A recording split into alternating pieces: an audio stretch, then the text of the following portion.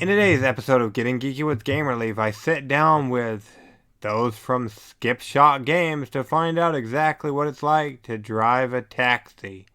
Or a taxi game? Yeah, let's find out if we're going to be talking about taxi driving or playing a taxi based game. You'll have to stay tuned though, because first we have a message about our sponsors, and after our interview, we'll dive in to see what else might be on Kickstarter. But first, like I said, that message about our sponsors. This episode of Getting Geeky with Game Relief is proudly being powered by Toresh Games, who are bringing Serpent Master back to Kickstarter the first of next month. Serpent Master is a card-driven abstract board game for 1 to 4 players where a player must keep their serpent on top to win.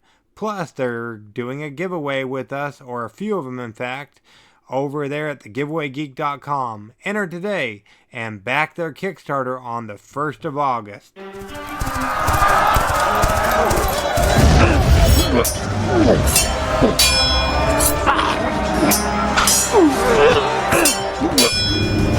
Getting Geeky with Gamer Leaf, the podcast in which one man strives to level up his geekhood and helping you do the same, one battle at a time. Now, let's get geeky with Gamer Leaf.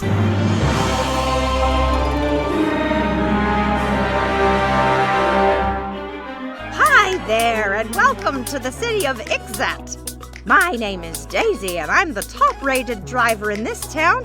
In fact, I was driving a yellow cab here long before driving apps existed. But times are changing, the city is growing, and the taxi competition is fierce. This city is full of interesting people, and everyone's got somewhere to be.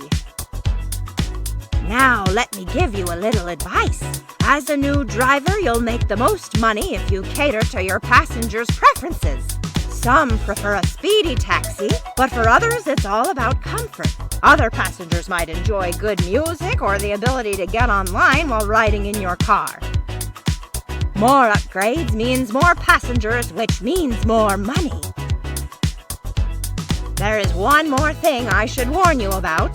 Ixat's patrol cop has a reputation of keeping a close eye on taxi drivers. I've had some bad luck recently. I got pulled over 3 times just last month. The first time was a warning, the second was a fine, but the third time my license was temporarily suspended. You know what they say though, you gotta risk it for the biscuit. If you play your cards right, you stand a good chance at getting hired by some of Ixat's most important people. Make sure to pick 'em up and drop 'em off quick. More passengers, more upgrades, more money. That's about all there is to it, my friend. I think you have what it takes to hold your own in this taxi derby, so get to it!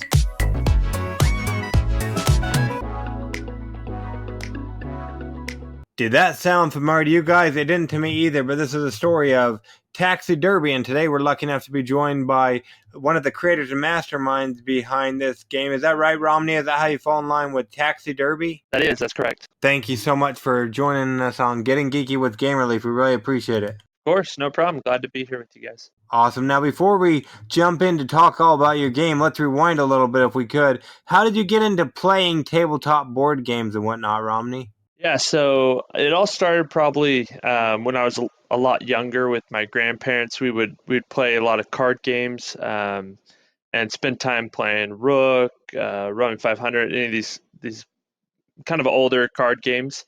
And then back in high school, I actually was introduced, I think probably everybody's familiar, Settlers of Catan, which got me a little bit more excited about the gaming and opened up the door for me, kind of your gateway game. And I'm sure a lot of people have had a similar experience.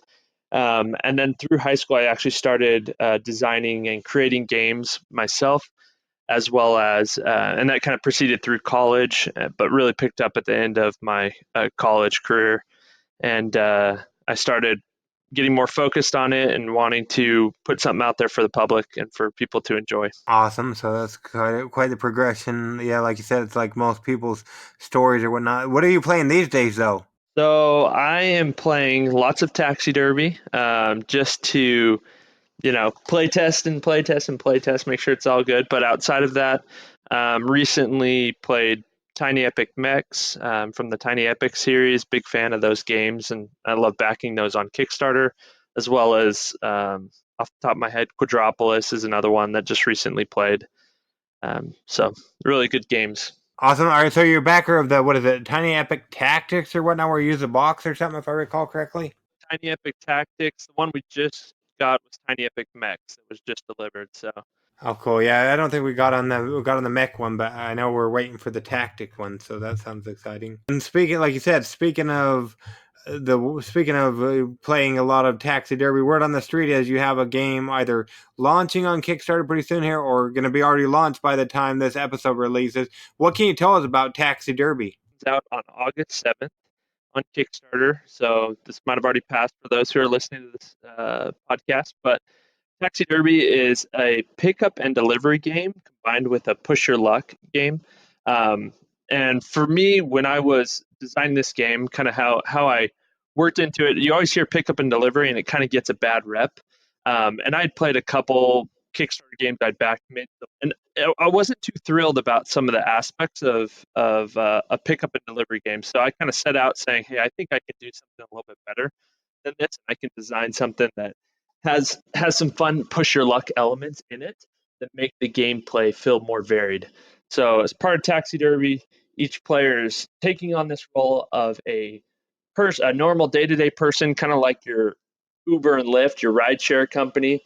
They're driving a taxi around and they are looking to upgrade their taxi by adding stereo, turbo, Wi-Fi, add a level of luxury to their cars to be able to cater to some of these passengers spread throughout this city, to pick them up, push their luck to avoid a patrol car that's trying to catch them, and drop them off to make some money. So the person that has the most money at the end of the game is the winner. But the unique thing, like I was mentioning, is this kind of push your luck element. So in Taxi Derby, you don't have a set specific number of spaces you can move on your turn, which I thought is an interesting way of approaching it. So on your turn, you can go as far as you want, but as you move over the speed limit, which is 4 spaces, the patrol car gets more and more aggressive at trying to catch you. So you're welcome to go as far as you want, but the further you go, the more likely the patrol car will catch you and give you a ticket, which can be detrimental to a strategy, but that you can kind of use to play off some of the passengers in the city and come back from it. So that's a very high level for you. That's an interesting element. So, per se, me and you sat down to play Taxi Derby. What's my turn going to look like? Yeah, so a turn consists of a couple things. It consists of movement, an action, movement, and then a final second action.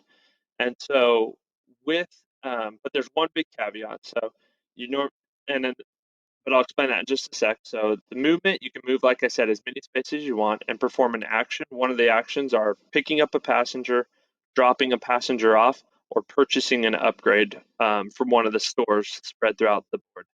Um, so those are your 3 actions you can do. And the one caveat is that if you will perform your first action before you start speeding or moving 5 or more spaces, you can then perform your second action. But if you go over 4 spaces and you go 5 or more, then you only get to perform one action on your turn. And then you'll at the very end of your turn, you'll roll a dice, a 4-sided dice, and you'll multiply that dice result times the number of spaces you've sped, and that's how far the patrol car will catch you. So an easy example, I move 6 spaces on my turn.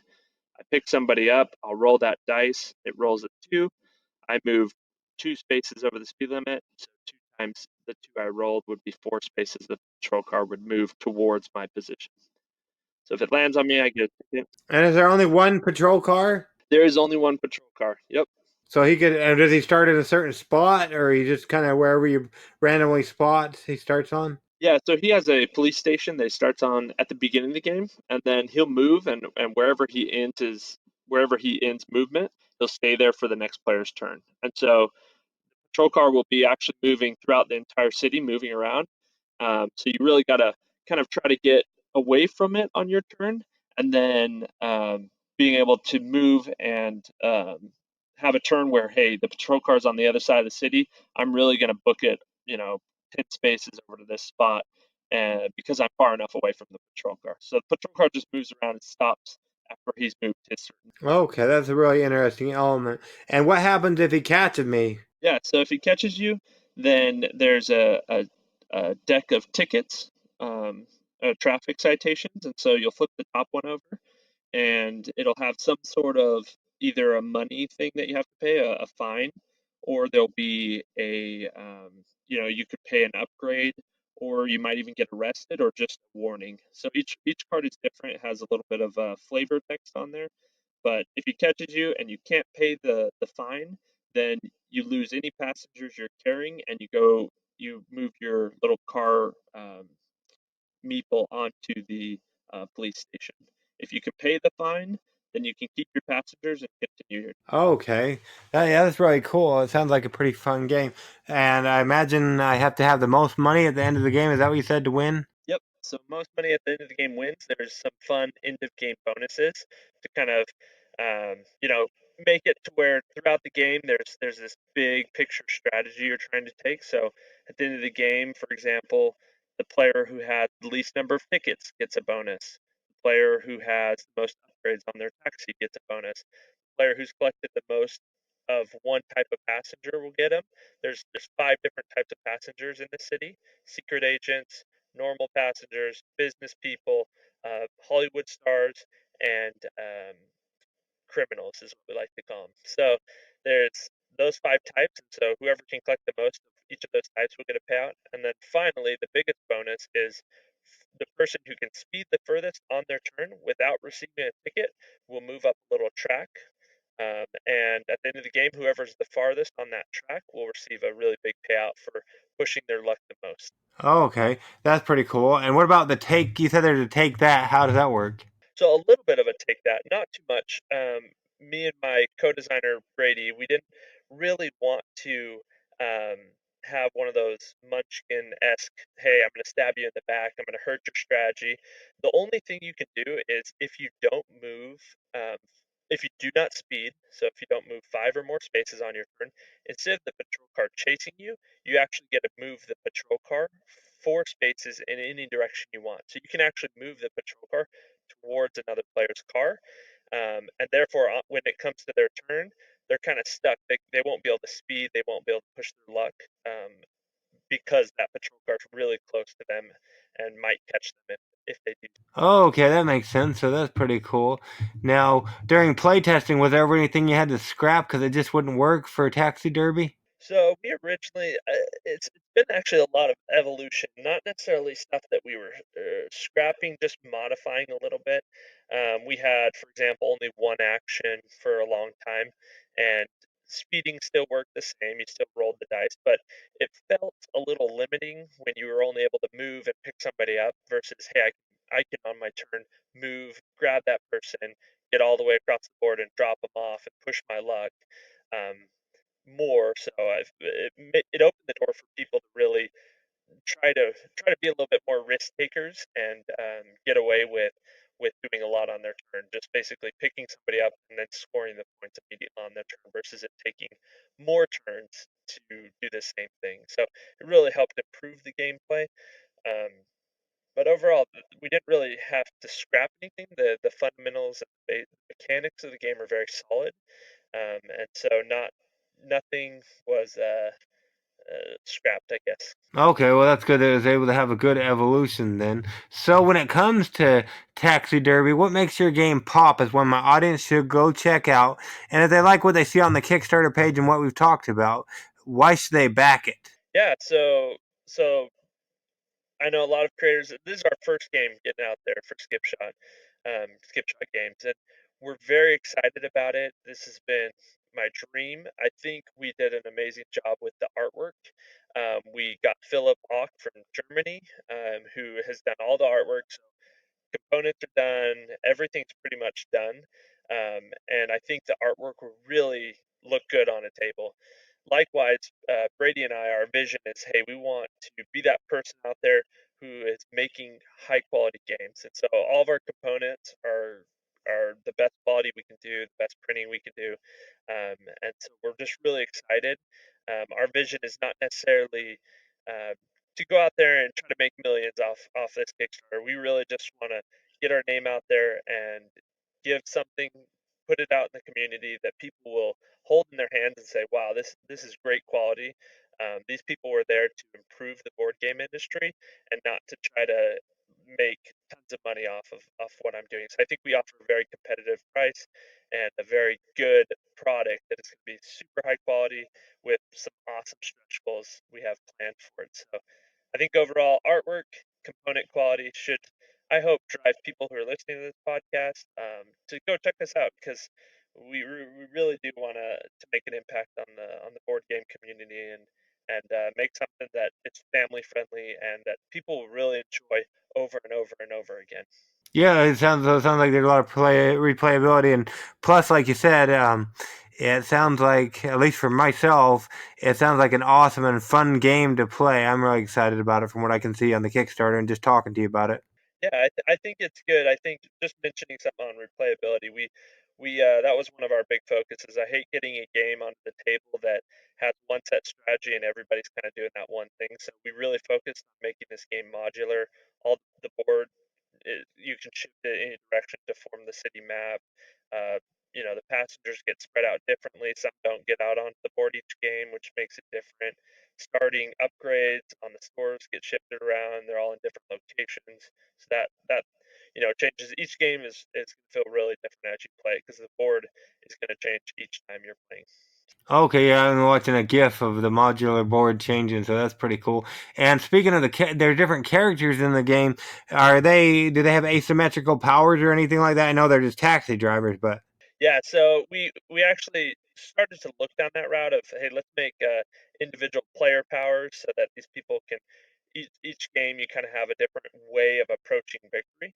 The one downside I saw to that, kind of on day one, is that hey, if we're making this, you kind of limit people. So if I get the green character, I need to take this strategy approach. So we kind of took that away, but we gave everybody upgrade powers that are all the same across all the taxis. But depending on which strategy you want to take, maybe you want to upgrade your turbo all the way. That's going to let you move further on a turn.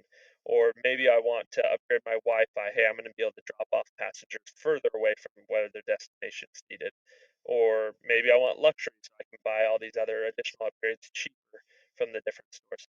So we gave them all upgrade powers that you get, but they're all the same across the six characters. We just thought it would be fun to throw out characters that people can kind of assume and take on that role as they play the game.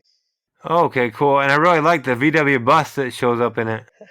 That is one of our favorite. Brady and I love that one that came out. It's the hippie grandma who drives a nice VW bus, and so um, yeah, that's a fun one for us. Most definitely. And it'll be on Kickstarter through when? So we're going August 7th through September 6th. Okay, yeah. So if you're listening and you like what you've heard, you could definitely go check out the Kickstarter page. And if you like what you see, back the game so you can try to deliver more passengers than your friends and try not to get caught by the police. But yeah, it really looks like an awesome game, Taxi Derby. I like what I see there, Romney. Thank you so much. I appreciate you taking the time to have me on here with you and just chat a little bit about our baby. So it's fun.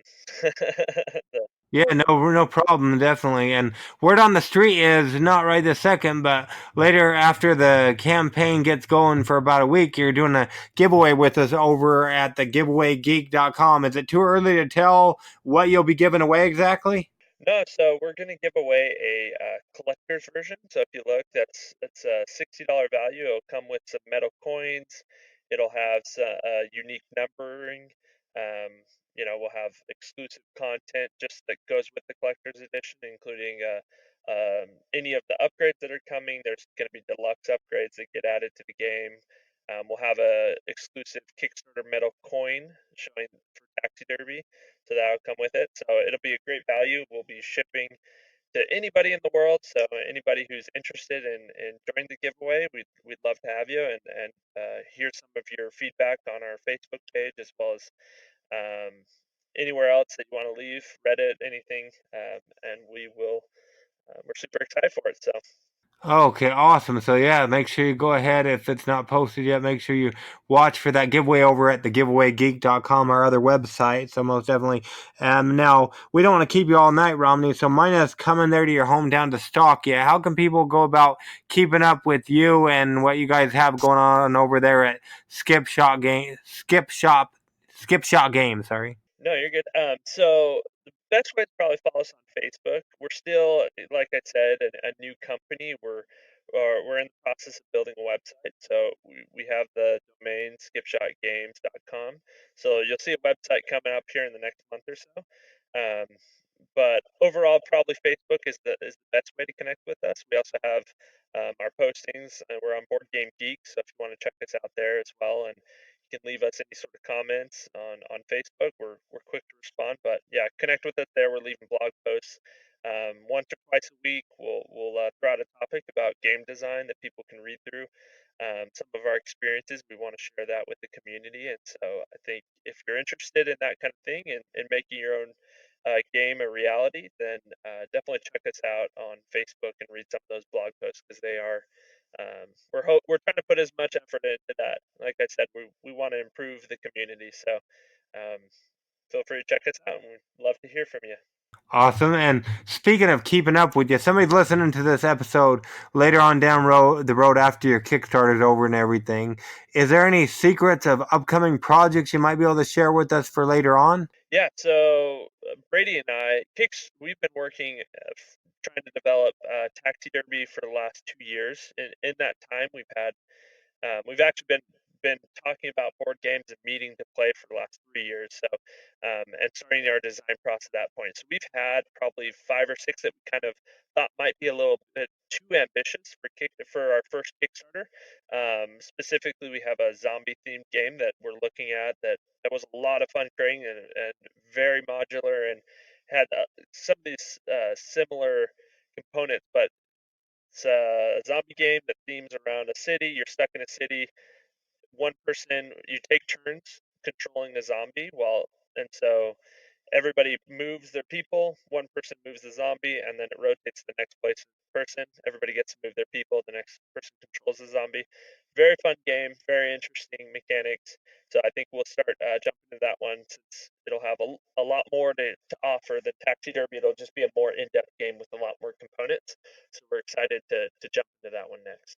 Okay, awesome. Yeah, so, and if you give me the links, I'll go ahead and make sure I include everything so they can go ahead and follow along. But most definitely, if you're listening right now, go ahead and check out Taxi Derby that's on Kickstarter. Reminder, we'll also be doing a giveaway over there at thegiveawaygeek.com that you can earn extra entries by checking out the Kickstarter. So might as well throw your name in the bucket for collector's edition. But yeah, like I said, we don't want to keep you all night, but we really appreciate you coming on Getting Geeky with Gamer Leaf with us to talk all about Taxi Derby. We really appreciate it, Romney. All right. No problem. Thanks for having me.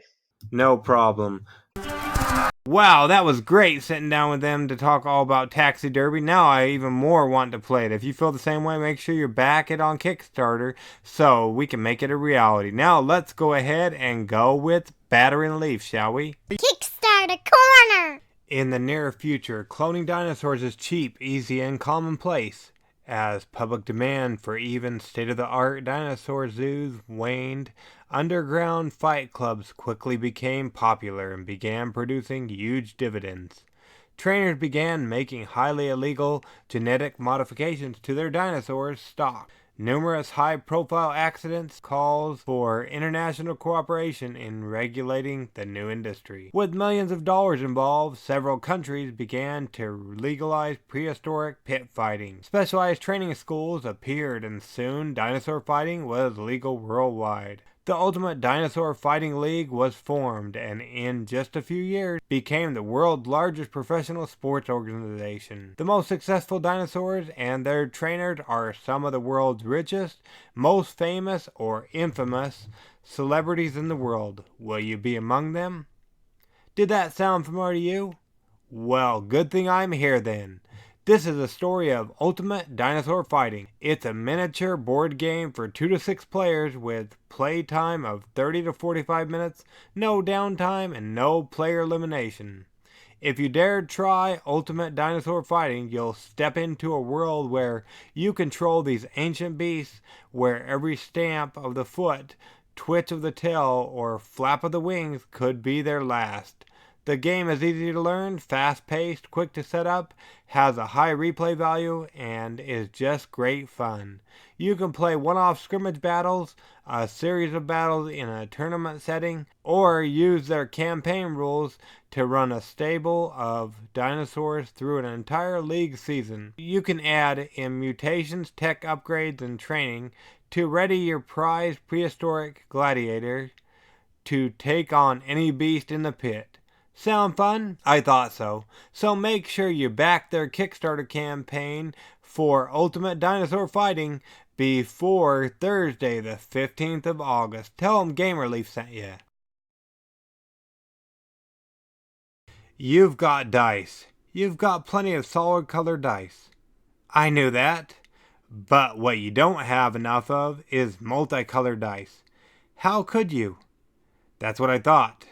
Well, fret no longer, as Bryce's Dice are now on Kickstarter with Anthology of Dice The Beginning, which is a line of polyhedral dice sets with tricolor and dual color effects for Bryce's Dice. Y'all made tie-dyed shirts as kids?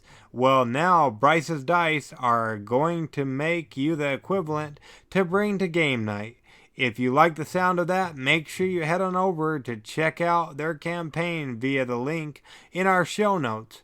If they get enough backers through this link, we might even do a giveaway with them over at thegiveawaygeek.com. Once you've backed it, make sure you comment on their Kickstarter page, letting them know that GamerLeaf sent you. Begin your journey as one of the 5 basic classes and battle your way through a branching campaign where you choose your own path in an attempt to overthrow the evil queen, Domine.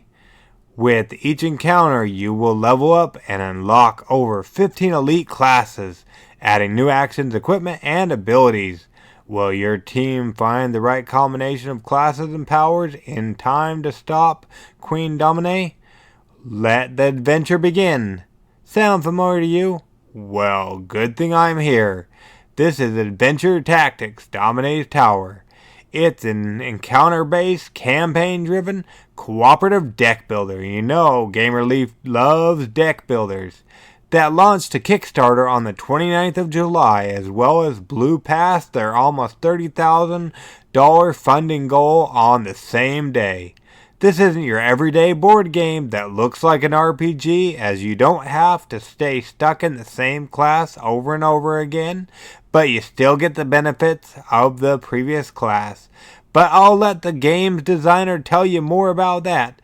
Make sure you catch my sit down with Nick, the designer, sure to hit your favorite podcasting app on Thursday the 1st of August. So make sure you subscribe to Getting Geeky with GamerLeaf, where you catch your favorite podcasts. And as this is after the 1st of August, make sure you come back so you don't miss out on the adventure.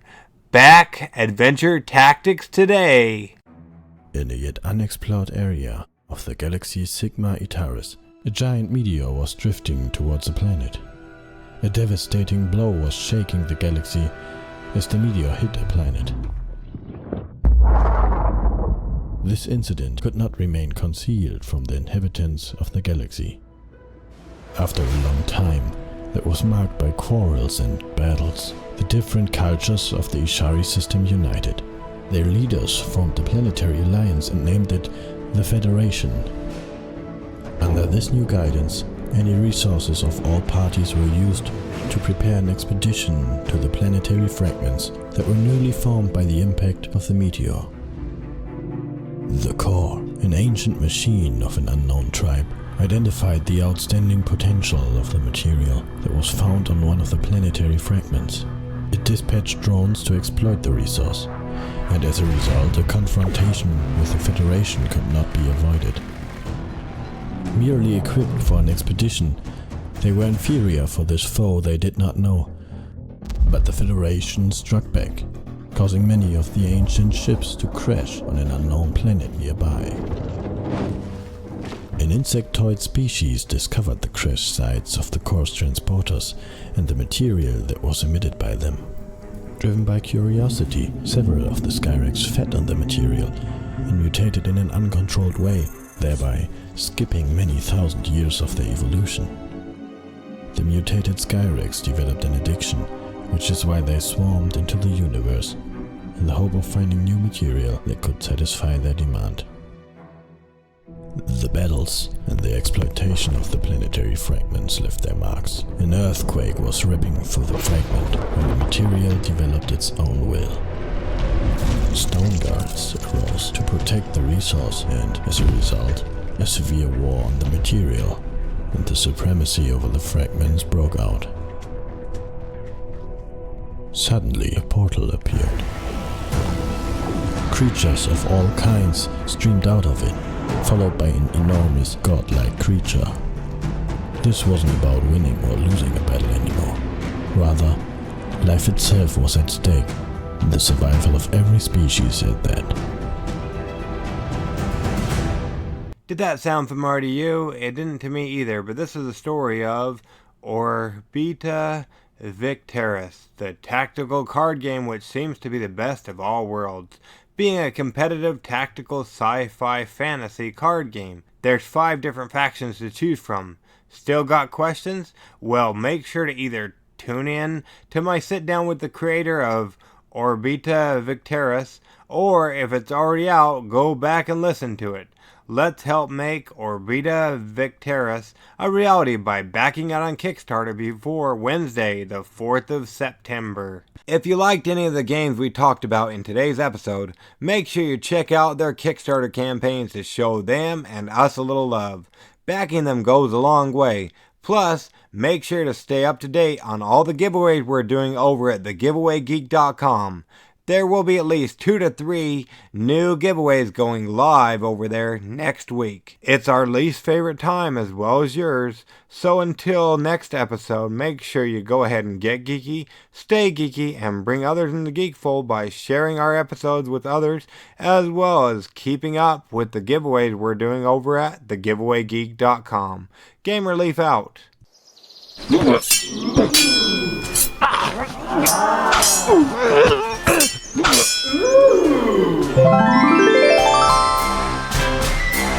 Gamer Leaf levels up. Tune in next week to see if Gamer Leaf's luck holds up.